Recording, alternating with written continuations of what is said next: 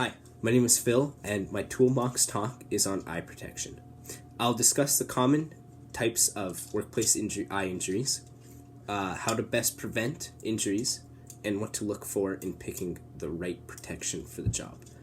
I'll be referencing my slideshow as I go through my presentation, and that will be supplied as well. So for my Toolbox talk, I wanted to get statistics on eye injuries that happen in the workplace.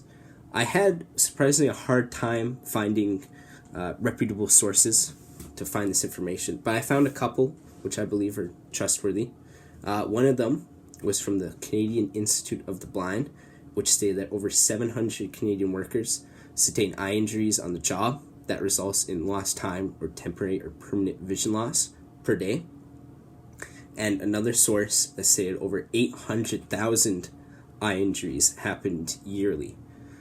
I found that quite high in this day and age of how educated people are and about eye protection and safety in the workplace.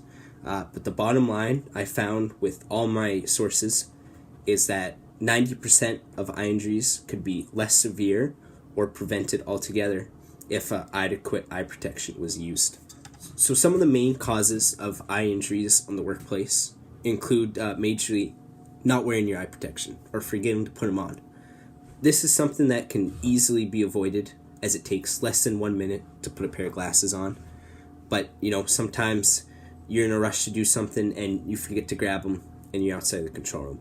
Even though that's not a good excuse, as I said, it takes no time to put it on, and the 1 minute it takes to put on your eye protection is worth a life of vision, I would say. Secondly, would be not wearing your glasses properly. If you have them down below, or even if you have them at the top of your head, it's not protecting your eyes, doesn't do nothing. You may be wearing them, but what good does it do? And lastly, not wearing the proper style of safety glasses. So if you are working in a dusty environment, or if you're working with chemicals that can splash, you're not going to want a pair like these. You're going to want a pair of goggles or something that does a firm fit around your face to avoid all of that. So some of the common workplace eye injuries that I found were flying objects. So either you're sharpening a drill bit and the grindstone breaks, or you're using a zip disc grinder and the disc itself breaks, as you saw in the first photo in my slideshow. Next, flying particles.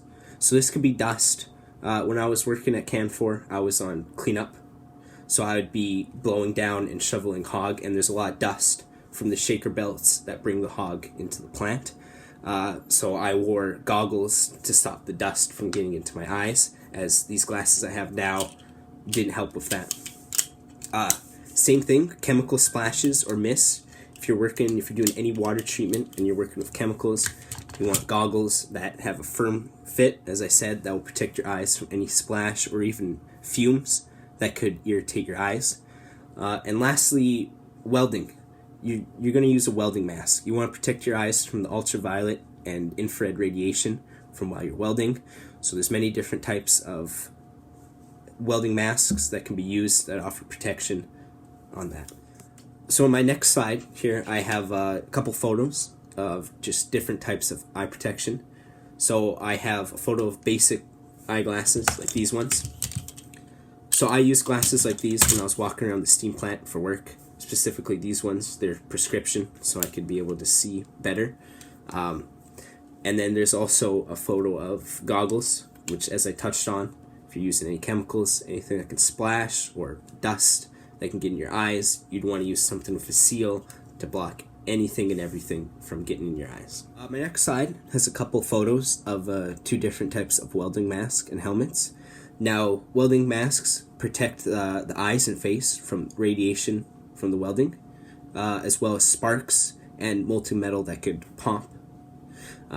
Welding masks need to be to the ANSI approved standards, which stands for the American National Standards Institute, and all helmets that are up to the code Z87.1 means that they offer full protection against both ultraviolet light and infrared rays, which can come from any form of welding regardless of the type. On my next slide here, what qualities should eye protection have? Well, as I've stated many times, you need the right protection for the job, so you know what job you're doing and you know what protection you're going to need to wear. Second of all, they should be comfortable. You're going to be wearing glasses for upwards of 12 hours a day, depending on your shift. You're going to want them to be comfortable. You're going to want to be able to notice that you're wearing them. Third, they should not obstruct your field of vision and allow you to see clearly. This goes on if you need prescription safety glasses, you can get them. And if your glasses are all cloudy or mucked up and you can't see what you're doing, that right there is unsafe practice.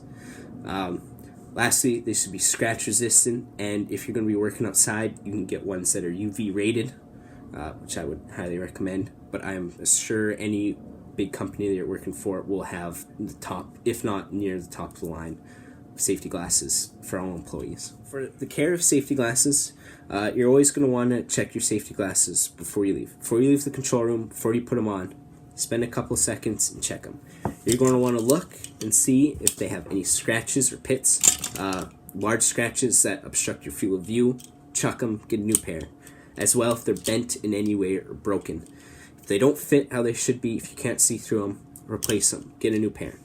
The company would much rather spend money on more safety glasses and avoid accidents. So, as I conclude my toolbox talk on safety glasses, here's a couple key points that you gotta remember. First and foremost, always try and eliminate hazards the best you can. If you know the job you're doing, and if you can see any hazards, any potential hazards, get rid of them. Make it as safe as possible. Second, know the risks of the job that you're doing. If you're going to be working with chemicals, if you're going to be welding, or if you're going to be doing your rounds, you know the type of glasses that you need to wear and wear them accordingly. And last, keep your glasses in good condition. As I said, if anything's the matter with them, chuck them, replace them, get a new pair. A new pair, a couple bucks there is a lot better than losing your vision. Remember, kids, only you can protect your eyes.